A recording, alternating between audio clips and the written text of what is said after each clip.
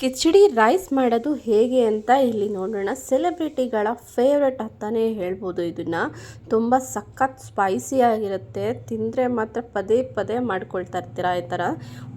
Just ಒಂದು ಸೊಪ್ಪು use ಮಾಡಿ ಈ ರೀತಿ ಸಖತ್ತಾಗಿರುವಂಥ ಕಿಚಡಿ ಮಾಡ್ಕೋಬೋದು. ಬನ್ನಿ ಯಾವುದು ಅಂತ ನೋಡೋಣ ಆ್ಯಂಡ್ ಹೇಗೆ ಮಾಡೋದು ಅಂತ ನೋಡ್ಕೊಳ್ಳೋಣ. ಇಲ್ಲಿ ನಾನು ಸ್ವಲ್ಪ ದಂಟಿನ ಸೊಪ್ಪನ್ನ ತೊಗೊಂಡಿದ್ದೀನಿ. ಇಲ್ಲಿ ಕಲರ್ಫುಲ್ ಆಗಿದೆ ಅಲ್ಲ ಇದು, ಬಟ್ ಗ್ರೀನಾಗೇ ಬರುತ್ತೆ. ಇಲ್ಲಿ ನಾನು ಹೆಸರು ಕಾಳು ಆ್ಯಂಡ್ ತೊಗರಿಬೇಳೆ ಆ್ಯಂಡ್ ಹೆಸರು ಬೇಳೆ ತೊಗೊಂಡಿದ್ದೀನಿ. ಸೊಪ್ಪನ್ನ ಈ ರೀತಿ ಚೆನ್ನಾಗಿ ಬಿಡಿಸ್ಕೊಂಬಿಟ್ಟು ಈ ರೀತಿ ಸಣ್ಣದಾಗಿ ಕಟ್ ಮಾಡ್ಕೊಂಬಿಡೋಣ ಎಲ್ಲನೂ. ನಂದು ಒಂದು 2 ಹಿಡಿಯಷ್ಟು ನಾನು ಸೊಪ್ಪನ್ನ ತೊಗೊಂಡಿದ್ದೀನಿ. ನೋಡಿ ಇಲ್ಲಿ ಸೊಪ್ಪು ಜಾಸ್ತಿ ಇದ್ರೂ ತುಂಬ ಚೆನ್ನಾಗಿರುತ್ತೆ. ನಾನು 1.5 ಅಕ್ಕಿ ತೊಗೊಂಡಿದ್ದೀನಿ ಗ್ಲಾಸಷ್ಟು.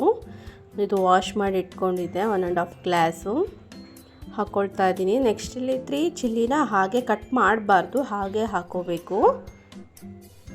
ಆ್ಯಂಡ್ ತೊಗರಿಬೇಳೆ ಆ್ಯಂಡ್ ಹೆಸರು ಬೇಳೆ ಎರಡೂ ತೊಗೊಂಡಿದ್ದೀನಿ ಅಲ್ಲಿ. ನೆಕ್ಸ್ಟ್ ಇಲ್ಲಿ ಹೆಸರು ಕಾಳನ್ನ ತೊಗೊಂಡಿದ್ದೀನಿ.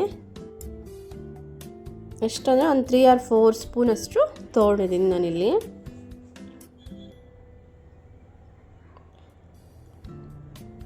ಇಲ್ಲಿ ಒಂದು 2.5 ಗ್ಲಾಸಷ್ಟು ನಾನು 3 ಗ್ಲಾಸ್ ಹತ್ತತ್ರನೇ ಹಾಕ್ಕೊಂಡಿದ್ದೀನಿ ವಾಟರ್. ಯಾಕೆಂದರೆ ಸೊಪ್ಪು ಹಾಕಿದ್ದೀನಲ್ಲ, ಸ್ವಲ್ಪ ವಾಟರ್ ಜಾಸ್ತಿನೇ ಬೇಕಾಗುತ್ತೆ, ಸ್ಮ್ಯಾಶ್ ಮಾಡ್ಕೋಬೇಕಾಗತ್ತೆ ಇದು. ಅದಕ್ಕೋಸ್ಕರ ಸ್ವಲ್ಪ ನೀರನ್ನ ಜಾಸ್ತಿನೇ ಹಾಕ್ಕೊಳ್ಳೋಣ ಇಲ್ಲಿ. ಇದೊಂದು ಸ್ವಲ್ಪ ಸಾಲ್ಟನ್ನ ಮಿಕ್ಸ್ ಮಾಡಿಕೊಂಡು ಕುಕ್ಕರ್ ಒಂದು 3 ವಿಸಲ್ನ ಕೂಗಿಸ್ಕೊಂಡು ಬರೋಣ. ಬನ್ನಿ ಈಗ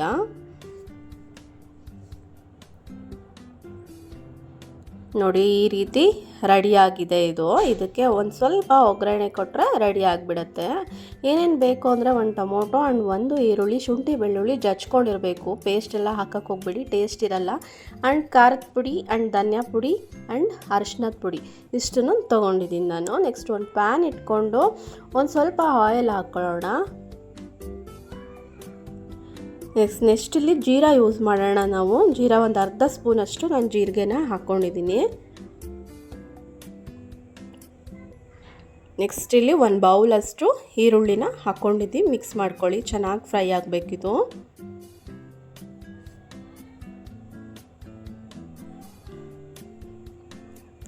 ನಾವೇ ಸ್ಟಾರ್ಟಿಂಗಲ್ಲೇ ಉಪ್ಪನ್ನ ಆ್ಯಡ್ ಮಾಡಿಕೊಂಡ್ರೆ ನೀವು ಬೇಗ ಈರುಳ್ಳಿ ಫ್ರೈ ಆಗುತ್ತೆ ಅಂತ ಅಷ್ಟೇ.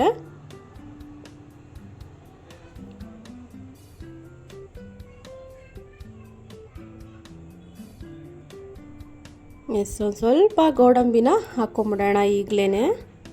ಇದು ಕೂಡ ಚೆನ್ನಾಗಿ ರೋಸ್ಟ್ ಆದ ತಕ್ಷಣ ನಾವು ಟೊಮೊಟೊನ ಆ್ಯಡ್ ಮಾಡ್ಕೊಳ್ಳೋಣ. ನೆಕ್ಸ್ಟ್ ಇಲ್ಲಿ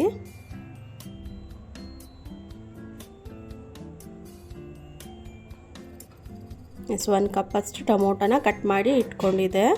ಇದು ಕೂಡ ಚೆನ್ನಾಗಿ ಬೇಯ್ತಿದ್ದಂಗೆ ನಾವು ಶುಂಠಿ ಬೆಳ್ಳುಳ್ಳಿ ಪೇಸ್ಟನ್ನ ಜಚ್ಕೊಂಡಿರೋದನ್ನು ಹಾಕ್ಕೊಂಬಿಡೋಣ.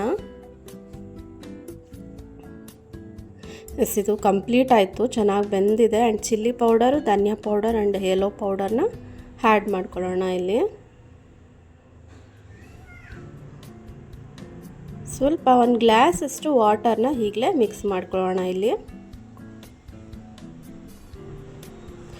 ಇದು ಮಸಾಲ ರೆಡಿಯಾಗಿದೆ. ಸಾಲ್ಟು ಸ್ವಲ್ಪ ನೋಡಿಕೊಂಡು, ಆಗಲೇ ಹಾಕಿದ್ದು ಅಲ್ಲ, ಸ್ವಲ್ಪ ನೋಡಿಕೊಂಡು ಸಾಲ್ಟನ್ನ ಮಿಕ್ಸ್ ಮಾಡ್ಕೊಳ್ಳೋಣ.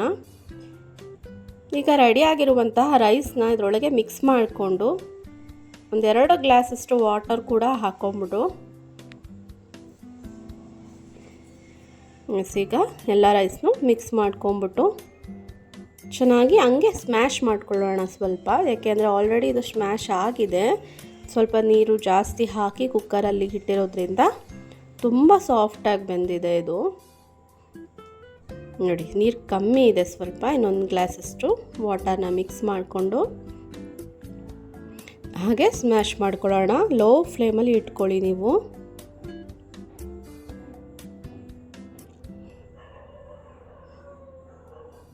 ಇದು ರೆಡಿ ಆಗಿದೆ. ಲಾಸ್ಟಲ್ಲಿ 1 ಸ್ಪೂನಷ್ಟು ನಾನಿಲ್ಲಿ ತುಪ್ಪನ ಯೂಸ್ ಮಾಡ್ತಾ ಇದ್ದೀನಿ.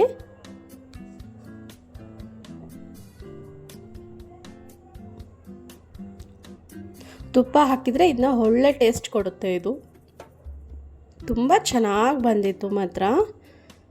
ನೋಡಿ ಇಲ್ಲಿ ಒಂದು ಸಲ ನೀವು ಕೂಡ ಟ್ರೈ ಮಾಡಿ ನೋಡಿ, ಸಖತ್ ಟೇಸ್ಟಿಯಾಗಿದೆ ಮಾತ್ರ.